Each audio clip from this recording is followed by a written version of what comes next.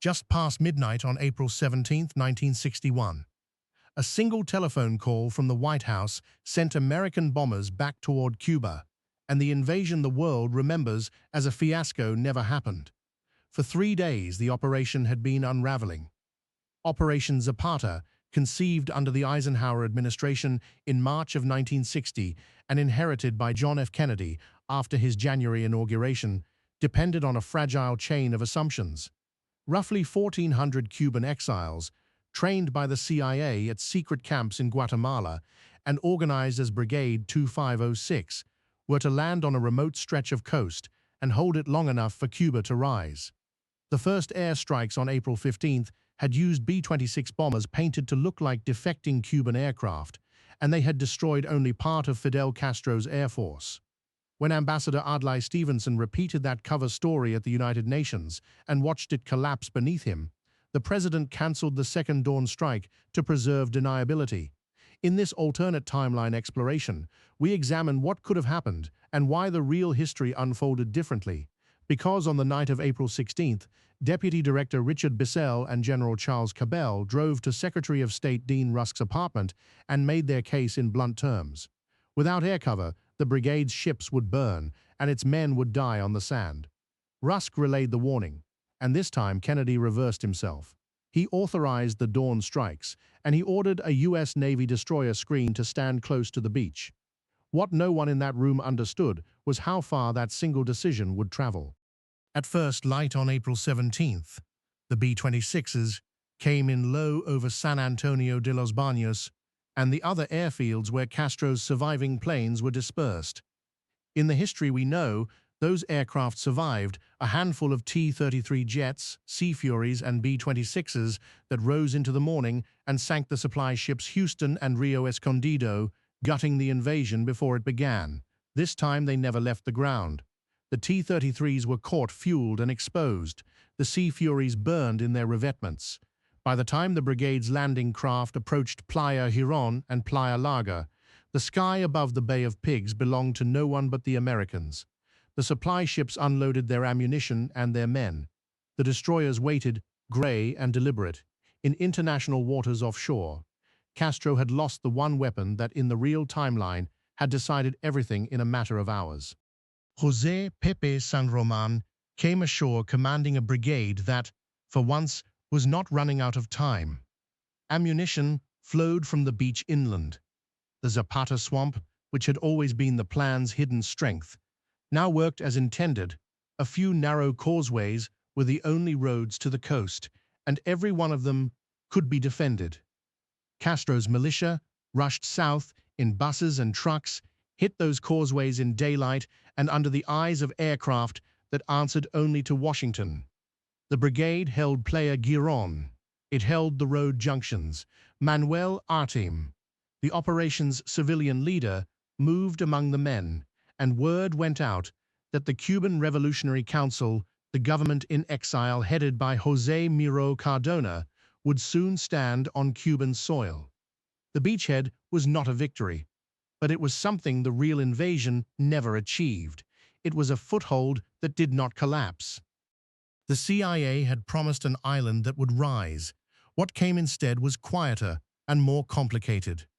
News that the beachhead had held, that American destroyers sat in plain view, and the invaders had not been thrown back into the sea, reached towns across Las Villas province and the villages below the Escambray Mountains. Sabotage followed.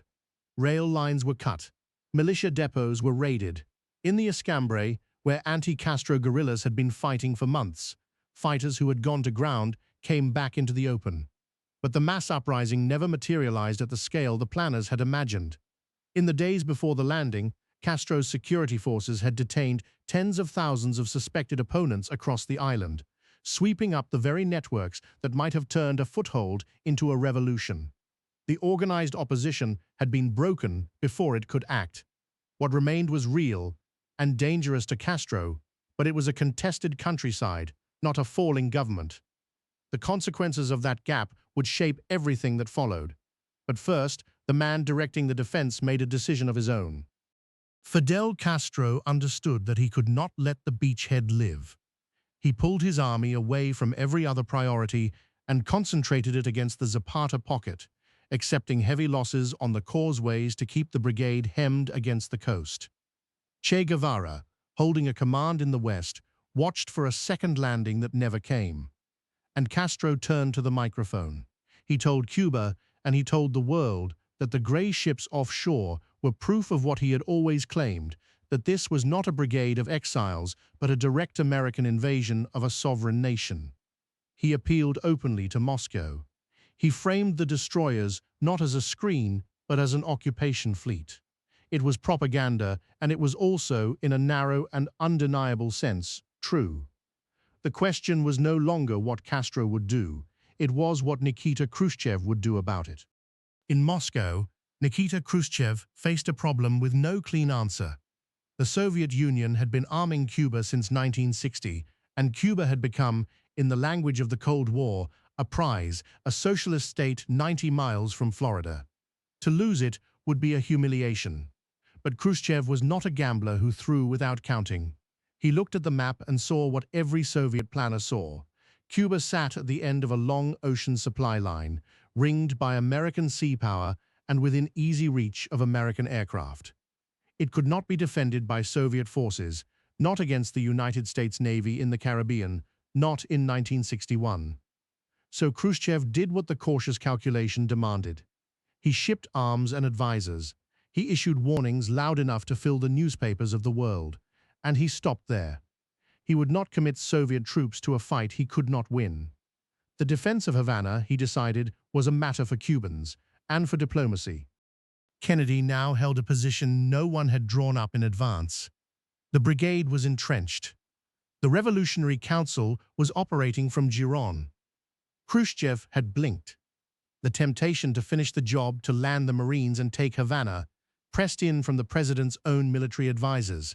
But Kennedy had learned in the space of 72 hours exactly how much a small decision could cost and how little anyone could promise about the next one. A full American ground invasion meant occupying a hostile island indefinitely against a leader who still commanded the loyalty of much of his population. So the president chose the harder, slower path. He pressed for a negotiated settlement. He used the beachhead as leverage rather than as a launching point, a fact on the ground that Castro could not dislodge and Washington would not expand. And then came the negotiations that would define the shape of Cuba for a generation. Cuba did not fall, and Cuba was not whole. What emerged from the Bay of Pigs in this timeline was a divided and contested state, Castro still in Havana, still defiant, but no longer the unchallenged master of his island. With a sullen countryside and a foreign-held coast, he could neither reconquer nor ignore. There was no clean victory here. There was a wound that would not close. Both superpowers walked away with lessons they would carry for years. Washington learned that air power and a destroyer screen could change a battle, and that changing a battle was not the same as ending a war. Moscow learned the precise limits of its reach into the Caribbean, a lesson that, in our own history, it would learn instead in the terrifying autumn of 1962. The real Bay of Pigs ended in 4 days with 1,200 men captured and a young president humiliated. This one ended slower and stranger and without an ending at all. History rarely offers the clean break we imagine. It offers more often a longer shadow and the quiet, sobering knowledge of how much can turn on a single order, reversed in the dark.